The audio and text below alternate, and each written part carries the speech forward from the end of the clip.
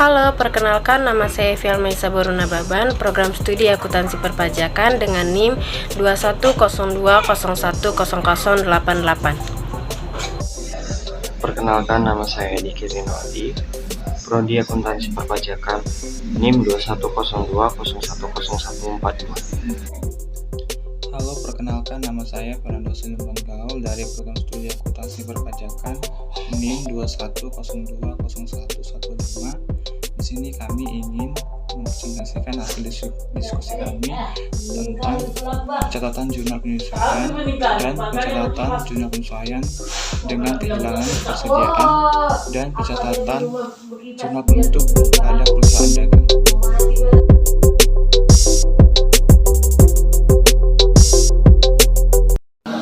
Adapun bentuk jurnal penyesuaian untuk persediaan barang dagang dengan metode ikhtisar laba rugi adalah yang pertama, kita harus memegang data persediaan barang dagang awal dan persediaan barang dagang akhir. Nah, jika kita telah memegang data tersebut, munculkan akun tandingannya. Karena ini metode ikhtisar laba rugi, maka akun tandingannya yaitu ikhtisar laba rugi. Nah, lalu buatlah bentuk jurnal penyesuaiannya seperti yang ada di bawah ini.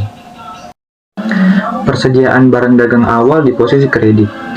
Karena posisinya di kredit, maka akun tandingannya yaitu ikhtisar laba rugi di debit. Lalu angkanya sebesar persediaan barang dagang awal baik di posisi debit dan kredit. Kemudian, persediaan barang dagang akhir kita posisikan di debit, lalu kita tandingkan dengan akun ikhtisar laba rugi di kredit. Lalu angkanya sebesar persediaan barang dagang akhir. Nah, kenapa sih persediaan barang dagang awal itu di kredit, sedangkan persediaan barang dagang akhir itu di debit? Karena persediaan barang dagang yang ada di neraca saldo itu tidak sesuai dengan yang ada di gudang. Nah, biasanya di akhir periode, petugas gudang akan memberikan memo kepada akuntan bahwa persediaan barang dagang di gudang itu tidak sesuai dengan catatan akuntan. Persediaan barang dagang yang ada di neraca saldo. Persediaan barang dagang itu kan harta. Harta jika dikeluarkan atau dikurangi, itu harus dengan cara dikreditkan. Oleh karena itu, persediaan barang dagang awal yang biasanya kita temui di neraca saldo, itu harus dikreditkan agar hilang. Nah, jika sudah hilang atau sudah dikreditkan, munculkan persediaan barang dagang yang benar, yaitu persediaan barang dagang akhir. Oleh karena itu, posisi persediaan barang dagang akhir itu di debit. Nah, jika ingin dibalikkan boleh, tetapi harus sepaket, yaitu persediaan barang dagang akhir di debit, ikhtisar laba rugi di kredit, dan ikhtisar laba rugi di debit, lalu persediaan barang dagang awal di kredit. Nah, agar lebih mudah, kita masuk ke contoh soalnya. Di sini sudah ada neraca saldo PD balon biru. Pertanyaannya, jika persediaan barang dagang akhir sebesar 7.500.000, buatlah jurnal penyesuaiannya menggunakan metode ikhtisar laba rugi. Nah, tadi kan untuk membuat jurnal penyesuaian, kita harus mengecek persediaan barang dagang awal dan persediaan barang dagang akhir. Ini persediaan barang dagang awalnya sebesar 6 juta di neraca saldo dan persediaan barang dagang akhirnya di soal sebesar 7.500.000. Maka jurnal penyesuaiannya adalah yang pertama, ikhtisar laba rugi di debit sebesar 6 juta dan persediaan barang dagang awal di kredit sebesar 6 juta. Lalu persediaan barang dagang akhir di debit 7.500.000 dan ikhtisar laba rugi 7.500.000 di kredit. Nah, seperti inilah cara menyesuaikan persediaan barang dagang dengan metode ikhtisar laba rugi. Selanjutnya kita masuk ke metode yang kedua, yaitu metode HPP atau harga pokok penjualan. Nah, jika menggunakan HPP, kita membutuhkan data yang sedikit lebih banyak, yaitu data persediaan barang dagang awal, data persediaan barang dagang akhir, pembelian, data beban angkut pembelian, data rekor pembelian, dan data potongan pembelian.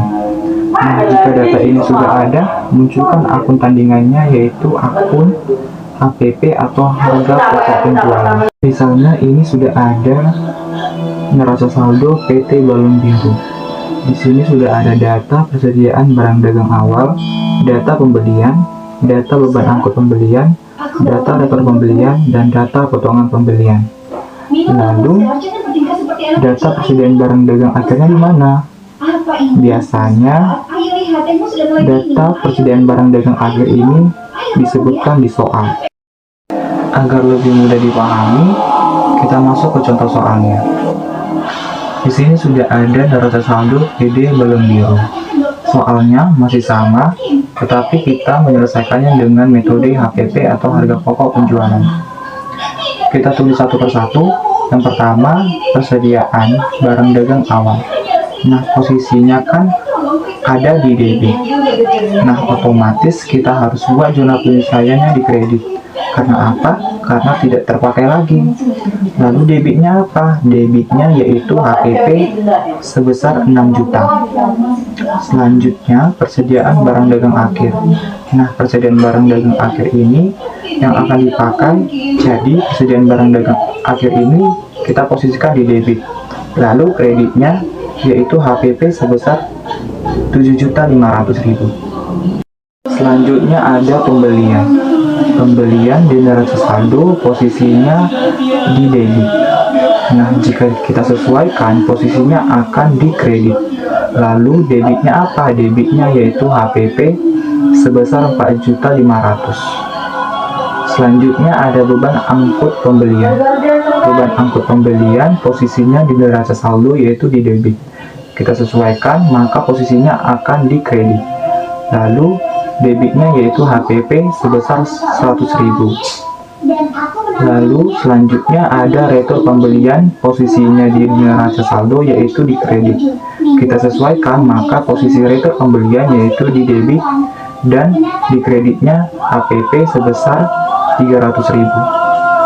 Selanjutnya yaitu ada potongan pembelian. Potongan pembelian di neraca saldo posisinya ada di kredit.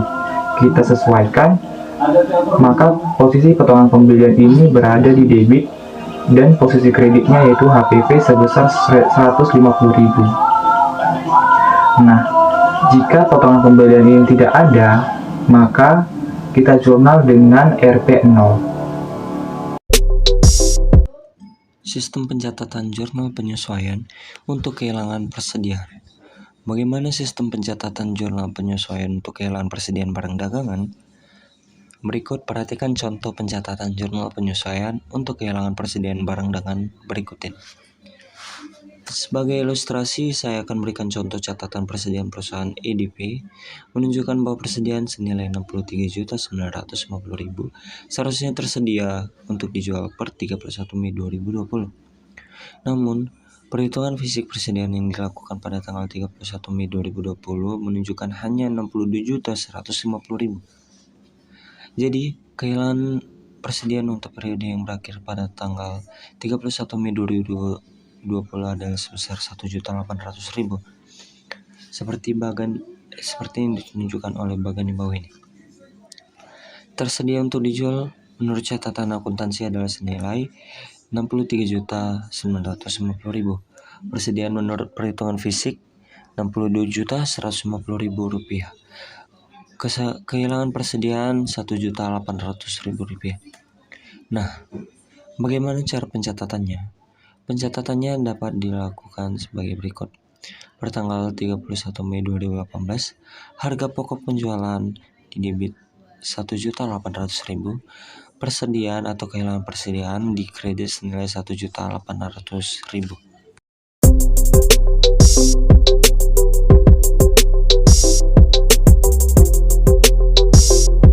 Ayat jurnal penutup usaha dagang. Apa itu jurnal penutup?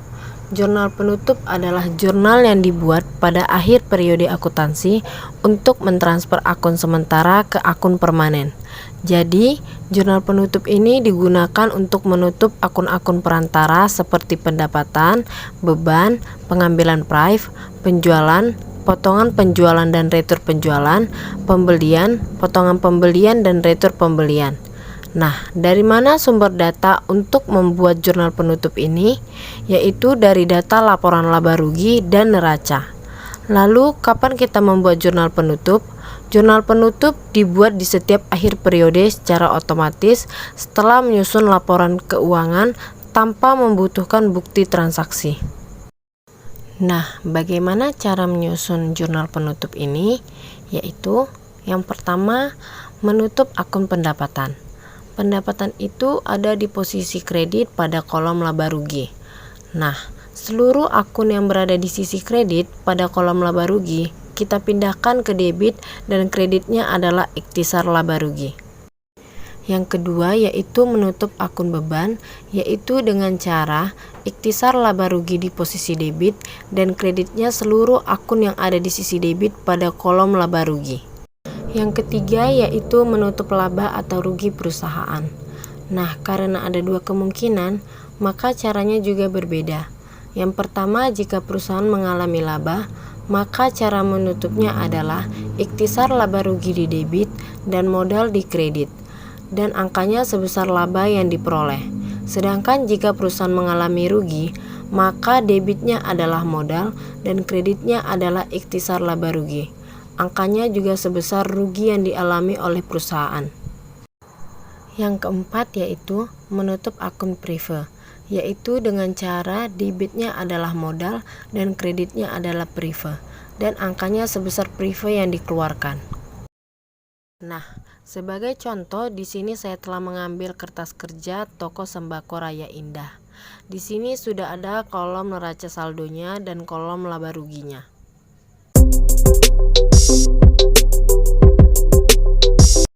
Proses pencatatan jurnal penutup toko sembako Raya Indah. Yang pertama, menutup akun pendapatan. Akun pendapatan ditutup dengan cara mendebitkan akun penjualan sebesar 10.100.000, retur pembelian sebesar 300.000, dan potongan pembelian sebesar 30.000, dan mengkreditkan ikhtisar laba rugi sebesar 10.430.000. Dua, menutup akun beban dengan cara mendebitkan ikhtisar laba rugi sebesar 8.860.000 dan mengkreditkan retur penjualan sebesar 200.000, potongan penjualan 160.000, pembelian 5.200.000, beban sewa 100.000, beban gaji 2 juta, beban perlengkapan 500.000, beban penyusutan peralatan 600.000, dan beban asuransi sebesar 100.000. Yang ketiga, menutup laba dengan cara mendebitkan ikhtisar laba rugi sebesar 570.000 dan mengkreditkan modal sebesar 570.000. 4. Menutup prive dengan cara mendebitkan modal sebesar 300.000 dan mengkreditkan prive sebesar 300.000. Maka jumlah balance debit kreditnya sebesar 20.160.000.